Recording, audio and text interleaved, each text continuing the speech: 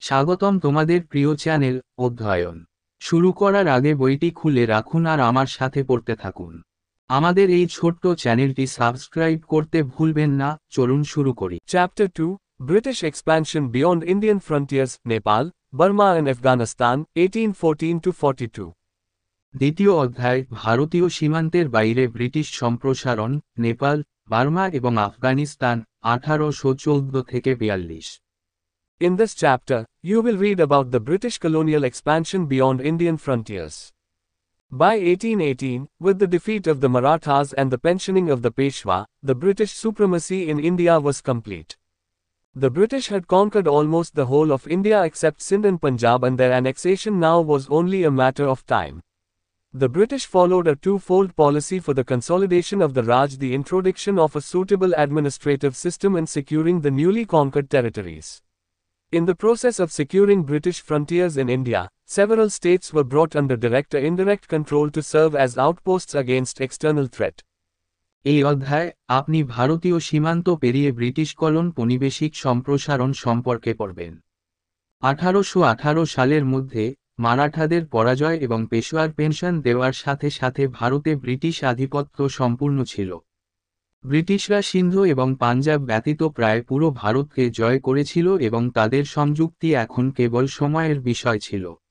ব্রিটিশরা একটি উপযুক্ত প্রশাসনিক ব্যবস্থা প্রবর্তন এবং সদ্য বিজয়ী অঞ্চলগুলি সুরক্ষার জন্য রাজকে একীকরণের জন্য দ্বিগুণ নীতি অনুসরণ করেছিল। ভারতে ব্রিটিশ সীমান্ত সুরক্ষার প্রক্রিয়াতে বেশ কয়েকটি রাজ্যকে বহিরাগত হুমকির বিরুদ্ধে ফাঁড়ি হিসাবে কাজ করার জন্য প্রত্যক্ষ বা অপ্রত্যক্ষ নিয়ন্ত্রণের অধীনে আনা হয়েছিল।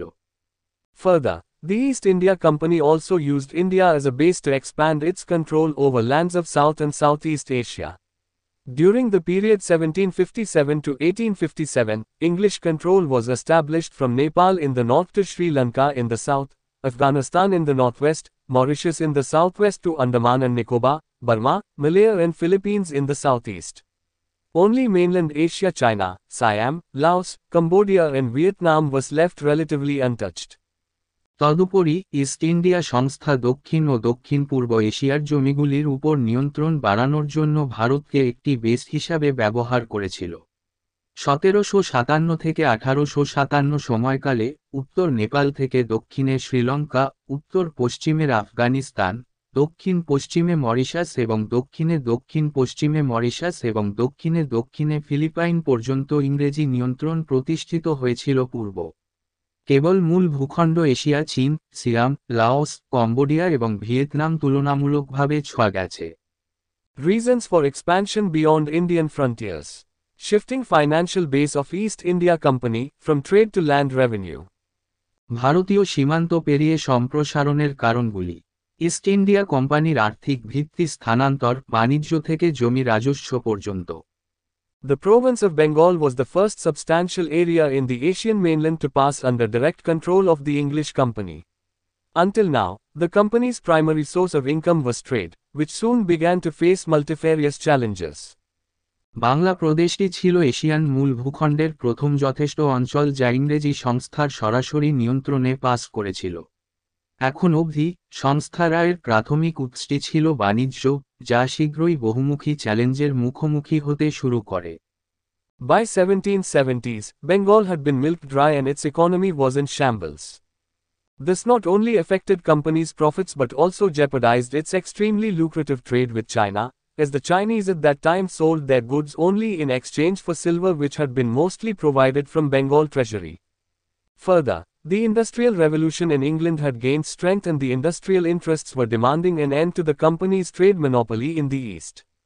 The company itself was getting involved in costly military conflicts in India with the country powers.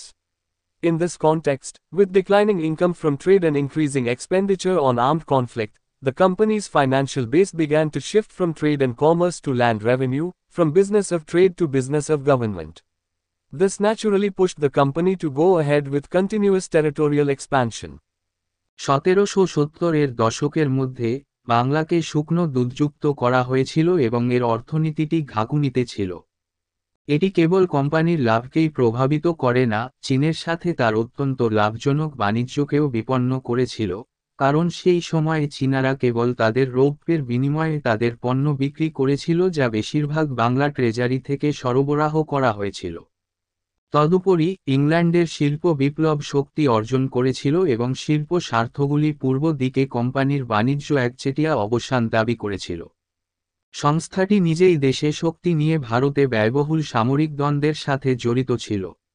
এই প্রসঙ্গে সশস্ত্র সংঘাতের উপর বাণিজ্য থেকে ক্রমবর্ধমান আয় এবং ব্যয় ক্রমবর্ধমান ব্যয় সহ সংস্থার আর্থিক ভিত্তি বাণিজ্য ও বাণিজ্য থেকে ভূমির রাজস্বতে ব্যবসায়ের ব্যবসায় থেকে সরকারের ব্যবসায় স্থানান্তরিত হতে শুরু করে। এটি স্বাভাবিকভাবেই কোম্পানিকে অবিচ্ছিন্ন আঞ্চলিক সম্প্রসারণ নিয়ে এগিয়ে যাওয়ার জন্য চাপ দিয়েছে। Need to obtain spices from Southeast Asia for trade. For several years, the company had been carrying out profitable trade with China, especially in silks, nankeens, yellowish cotton cloth, and tea. But the Chinese traded mostly in exchange for silver, which had been provided by the Bengal treasury since 1757. With the depletion of Bengal's wealth, the company sought to pay for China's trade, first, by replacing the silver with opium from Malwa region of central India, and second, by obtaining costly spices, like clove and nutmeg, from Southeast Asia for sale in China and Europe. This impelled the company to expand itself into Southeast Asia. বাণিজ্যের জন্য দক্ষিণ পূর্ব Asia থেকে মশলা পেতে হবে। বেশ কয়েক বছর ধরে কোম্পানিটি চীনের সাথে লাভজনক বাণিজ্য পরিচালনা করে আসছে, বিশেষ করে সিল্ক, নানকিন, হলুদ সুতির কাপড় এবং চা। কিন্তু চীনারা বেশিরভাগই রৌপ্যের বিনিময়ে ব্যবসা করত, যা 1757 সাল থেকে বাংলার কোষাগার দ্বারা সরবরাহ করা হয়েছিল। বাংলার সম্পদ হ্রাসের সাথে সাথে কোম্পানি চীনের বাণিজ্যের জন্য অর্থ প্রদান করতে চেয়েছিল। প্রথমে মধ্যাঞ্চলের মালওয়া অঞ্চল থেকে আফিম দিয়ে রূপা প্রতিস্থাপন করে ভারত এবং দ্বিতীয়ত চীন ও ইউরোপে বিক্রির জন্য দক্ষিণ পূর্ব এশিয়া থেকে দামি মশলা যেমন লবঙ্গ এবং জায়ফল প্রাপ্তির মাধ্যমে। এটি কোম্পানিকে দক্ষিণ পূর্ব এশিয়ায় নিজেকে প্রসারিত করতে অনুপ্রাণিত করে। Need for new markets and supplies. The English company's interest in expansion outside India was also fueled by the need to find new markets for goods procured in India and also to procure supplies either for cross-trade or for use by the company's military forces. নতুন বাজার এবং সরবরাহের জন্য প্রয়োজন। ভারতের বাইরে সম্প্রসারণে ইংরেজ কোম্পানির আগ্রহ ভারতে ক্রয়কৃত পণ্যের জন্য নতুন বাজার খুঁজে বের করার এবং ক্রস বাণিজ্যের জন্য বা কোম্পানির সামরিক বাহিনী দ্বারা ব্যবহারের জন্য সরবরাহ সংগ্রহের প্রয়োজনের দ্বারা উদ্দীপিত হয়েছিল। Need to safeguard Indian Empire. The company also needed to safeguard its Indian Empire and the trade routes to China and India. Hence, the company's expansion outside India was also strategically driven. ভারতীয় সাম্রাজ্য রক্ষা করা প্রয়োজন। কোম্পানিটিকে তার ভারতীয় সাম্রাজ্য এবং চীন ও ভারতের বাণিজ্য রুটগুলিও রক্ষা করতে হবে। তাই ভারতের বাইরে কোম্পানির সম্প্রসারণও কৌশলগতভাবে পরিচালিত হয়েছিল। Note: the first English conquests outside India were in the Straits of Malacca, later known as the Straits Settlements, and comprised the ports of Penang, 1791, Malacca and Singapore, 1824. However, some of the major conquests are mentioned in detail below. দ্রষ্টব্য: ভারতের বাইরে ইংরেজদের প্রথম বিজয় ছিল Malacca প্রণালীতে, যা পরে straight settlement নামে পরিচিত, এবং পেনাং 1791, মালাক্কা এবং সিঙ্গাপুর 1824 বন্দর নিয়ে গঠিত। যাই হোক, কয়েকটি প্রধান বিজয়ের বিস্তারিত নিচে উল্লেখ করা হল। Major conquests: Nepal, Anglo-Nepal War, 1814-16. প্রধান বিজয়: নেপাল, ইঙ্গো-নেপাল যুদ্ধ 1814-16। Historical context: in 1768, the Gorkhas, hardy people belonging to the hill town of Gorkha, wrested the control of Kathmandu from the successors of Ranjit Mallar of Bhagao. In their attempt to expand beyond the mountains, they were checked by the Chinese in the north. Hence, they pushed towards the frontiers of Bengal and Awadh, coming in contact and clash with the English in India. ঐতিহাসিক প্রেক্ষাপট: 1768 সালে গোর্খারা পার্বত্য শহর গোর্খা অন্তর্গত কঠোর মানুষ ভাতগাঁওয়ের রঞ্জিত মাল্লার উত্তরসূরিদের কাছ থেকে কাঠমান্ডুর নিয়ন্ত্রণ কেড়ে নেয়।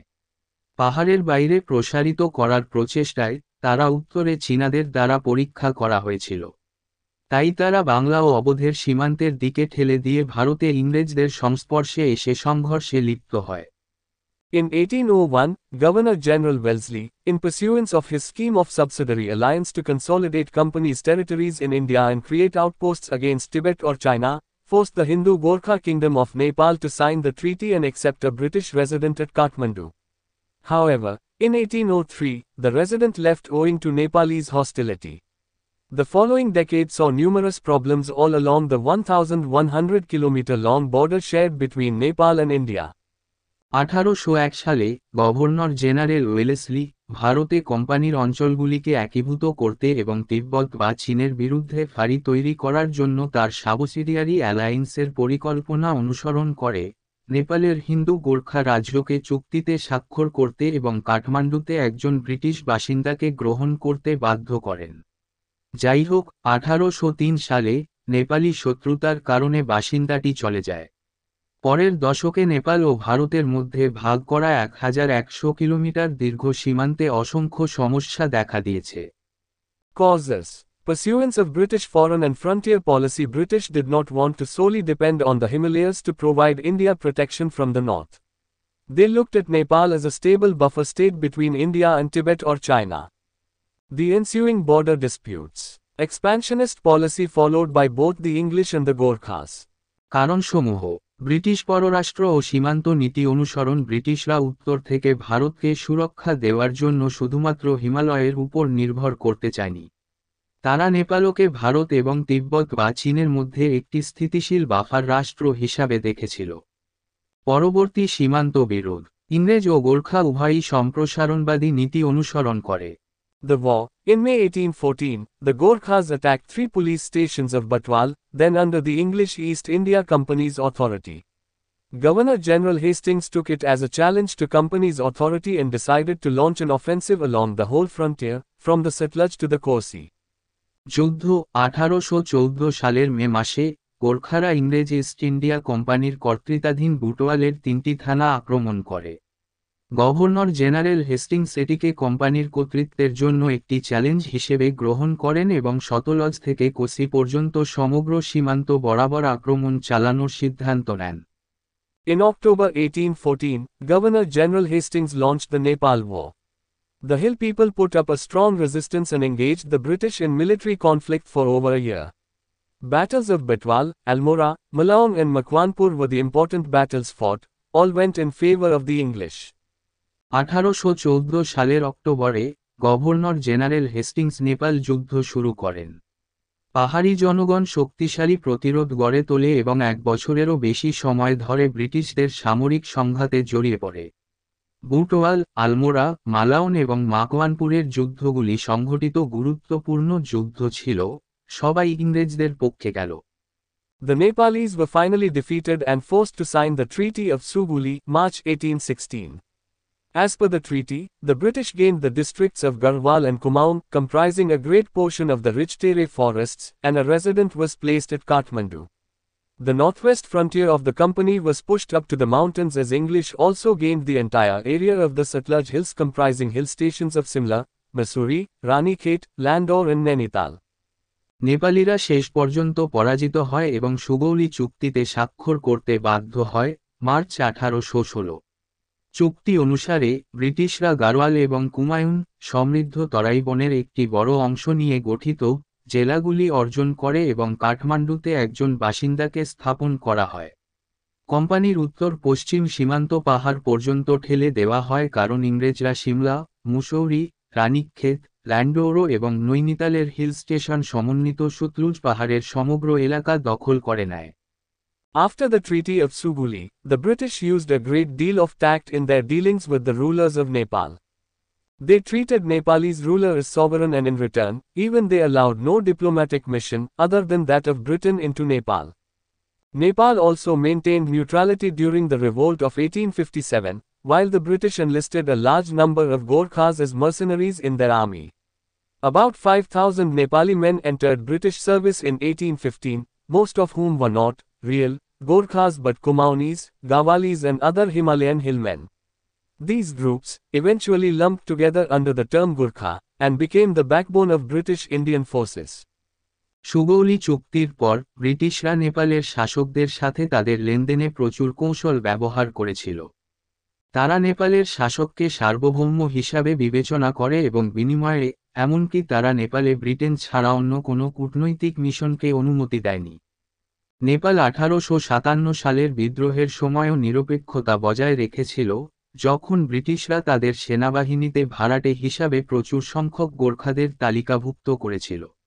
1815 সালে প্রায় 5000 নেপালি পুরুষ ব্রিটিশ চাকরিতে প্রবেশ করেছিল, যাদের বেশিরভাগই প্রকৃত গোর্খা ছিল না কিন্তু কুমাউনি, গাড়োয়ালি এবং অন্যান্য হিমালয় পাহাড়ি পুরুষ ছিল। এই দলগুলি অবশেষে গুর্খা শব্দের অধীনে একত্রিত হয় এবং ব্রিটিশ ভারতীয় বাহিনীর মেরুদণ্ডে পরিণত হয়। এখানেই এই ভিডিওটি শেষ করলাম। পরবর্তী ভিডিওতে আমরা বাকিটা পড়ব।